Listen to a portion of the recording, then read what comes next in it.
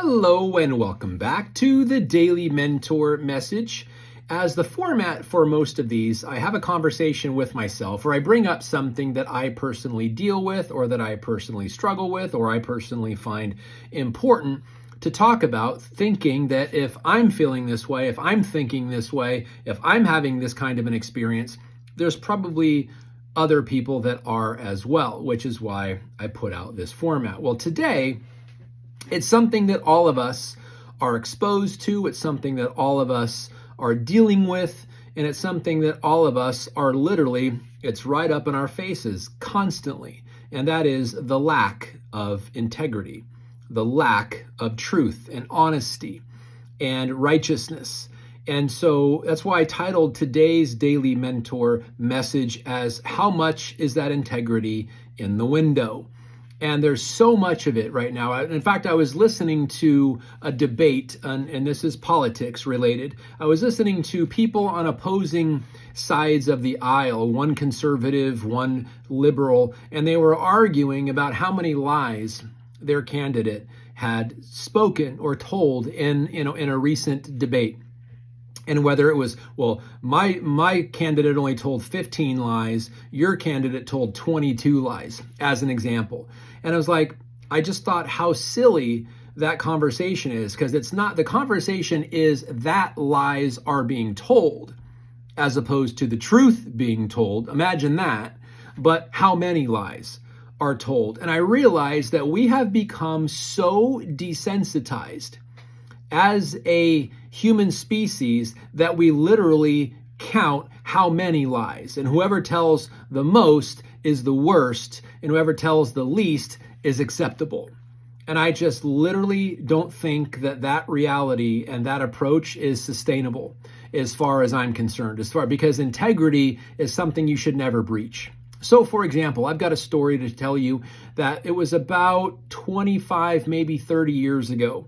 Christmas season, shopping. I'm walking back to my car after buying some Christmas presents, and I see a fanny pack on the ground.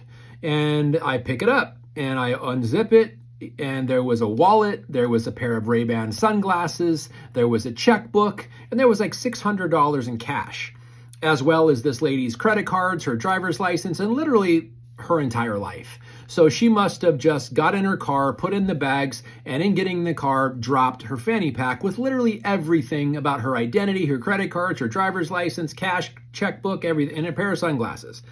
And so I have the lady's driver's license and I have her checkbook. So I find on her checkbook with her information, this is back when people used to write checks, and I had a phone number. So I called her and told her, hey, are you missing a fanny pack? She said, I don't know. Hold on. So she runs out to her car. Yes. Oh my gosh. And I don't know, if this is legit. So I'm saying, okay, well, tell me what's in it. She told me exactly what was in it, even down to the approximate within, $10 or $20 as far as how much cash was in it. So I said, okay, here's my address. Come get it. It's waiting for you. And she showed up at my house, about 45 minutes later, and I gave her her fanny pack. She tried to give me $100, and I said, no, absolutely not. Just, this is what you do. This was an act of integrity. Well, here's why I tell you this story. Because the next day when I went to work and I told my coworkers what had happened, every one of them started to make fun of me and spread rumors like, oh, can you believe what he did? Oh, I would have taken the $600 and thrown everything else in the trash. And I'm like, so your integrity and your honor is literally worth $600, is what you're telling me. Because if you would have kept the $600 and literally destroyed someone's life when you had the ability to do the right thing, and everybody, there was probably 8 to 10 guys, every single one of them would have kept the money and thrown the rest of it in the garbage and not said a word. And I just realized, you know what?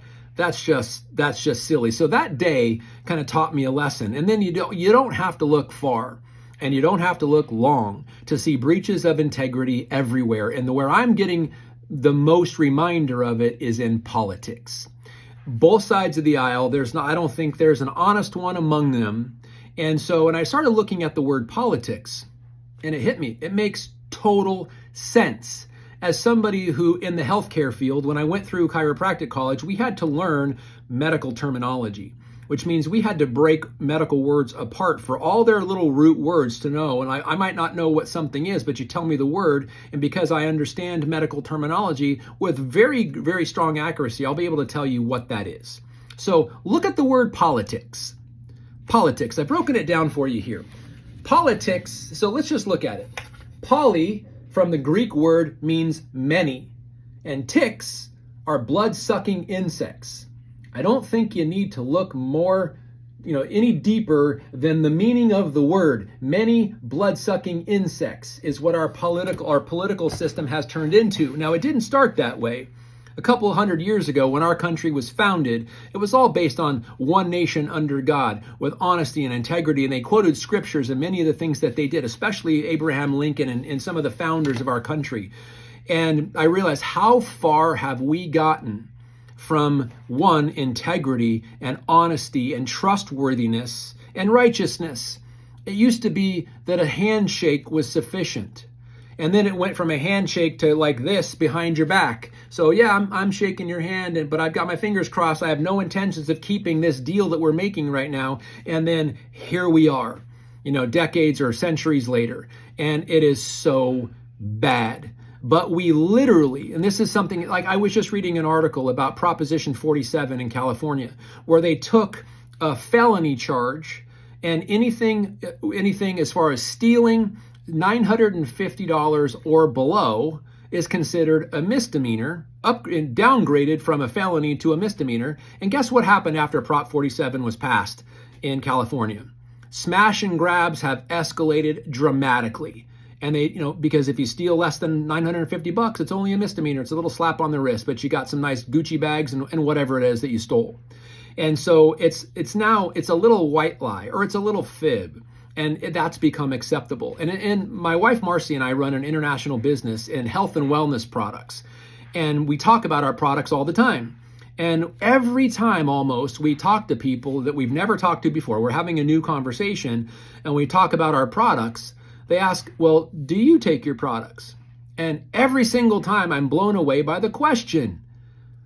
I would have zero integrity if I'm telling you to buy our products and I'm not personally taking my products. But it's acceptable to ask that question because somebody who asks the question is obviously prepared for a yes or a no, but even a no is acceptable in today's day and age because of the whole thing about lies and little white lies. And my client or my candidate said less lies than yours, so my candidate is better.